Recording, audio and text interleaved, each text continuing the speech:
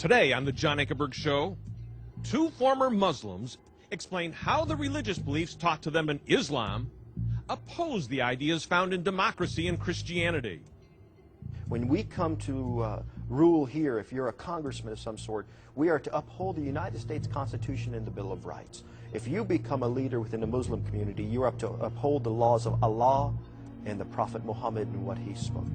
In Iraq, if it becomes a democracy that has religion tied to the state, will the Sharia law be implied there? Oh, there's no question they are fighting for Sharia law, especially the Shiite now that they're no longer oppressed and so many hundreds of thousands have been killed, along with the Kurds up in the north. They want Sharia law. This to them is freedom from oppression, is to bring Sharia law where the Christians are subjugated as second-class citizens.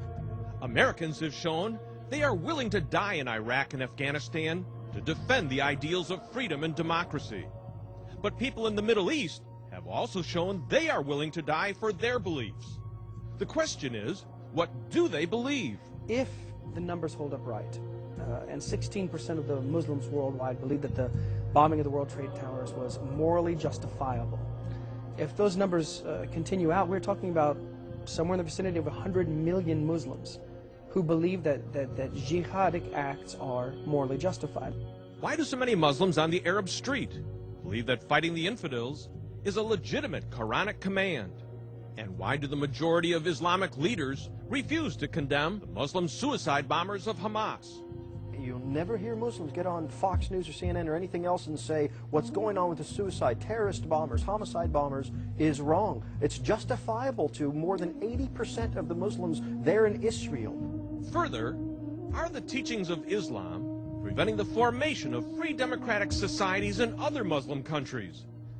But when you have a worldview that says it has to be established as a theocracy, i.e. Sharia law, or democracy, this is going to clash.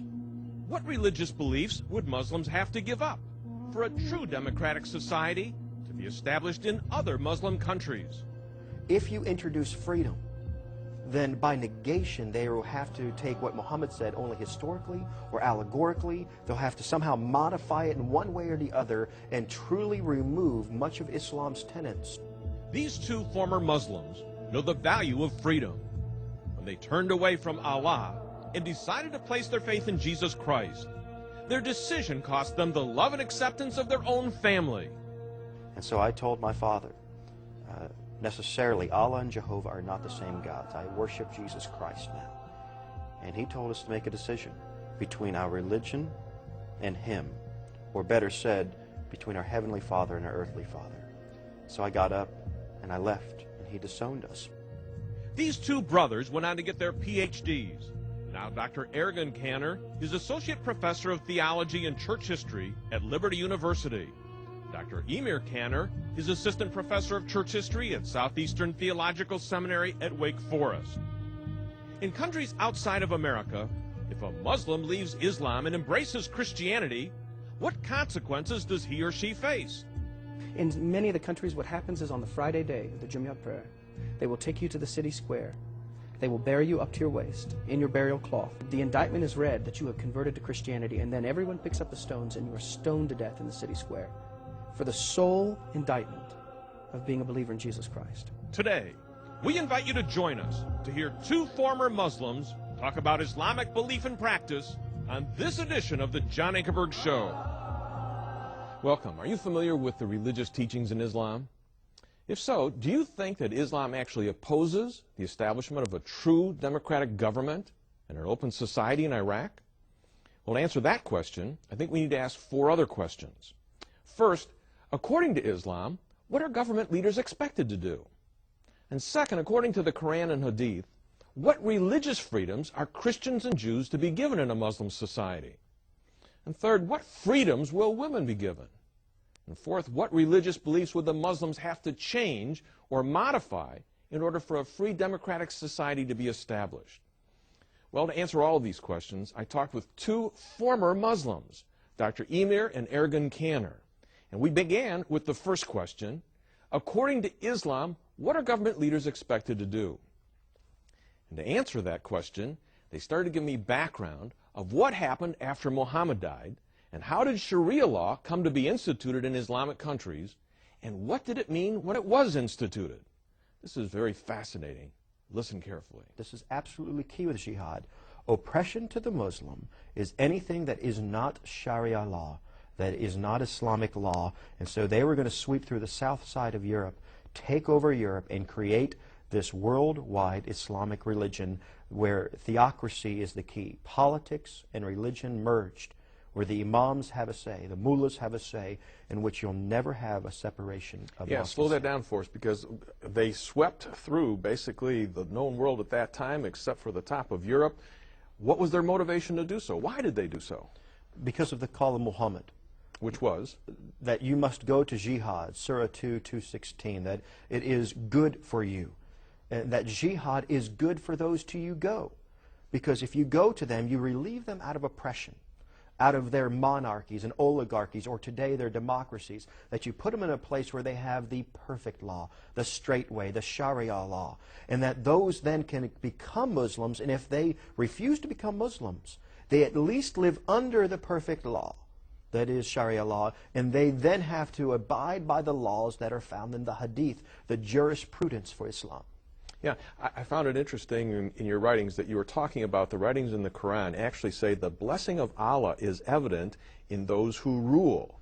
In other words, that's part of His blessing to people. If you get the position of power to rule, Allah has blessed you. Is that correct? Absolutely. And then the second part of that is the fact is if you are given that position, Allah expects you to do things.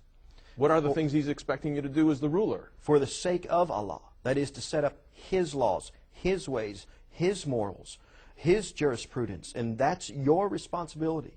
When we come to rule here, if you're a congressman of some sort, we are to uphold the United States Constitution and the Bill of Rights. If you become a leader within the Muslim community, you're up to uphold the laws of Allah and the Prophet Muhammad and what he spoke. Yeah, Ergun, take this into Iraq for a moment, because we're trying to set up a democracy there, and the fact is that in the first few meetings of the leaders, they all wanted to join Islam with the state.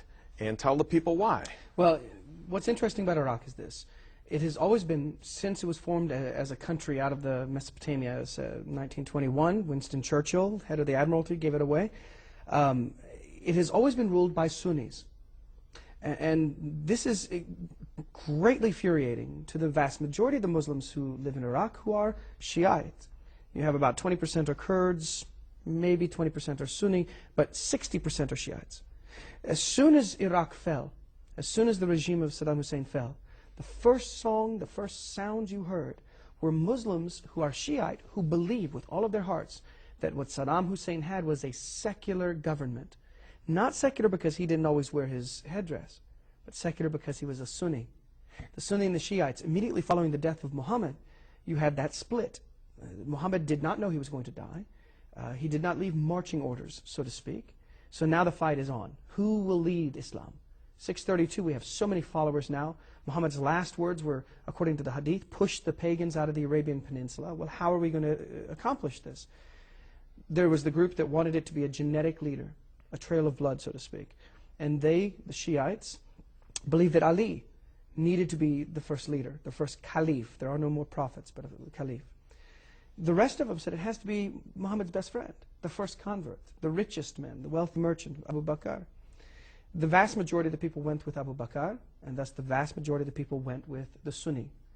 The small group split off, and they became known as the Shiites.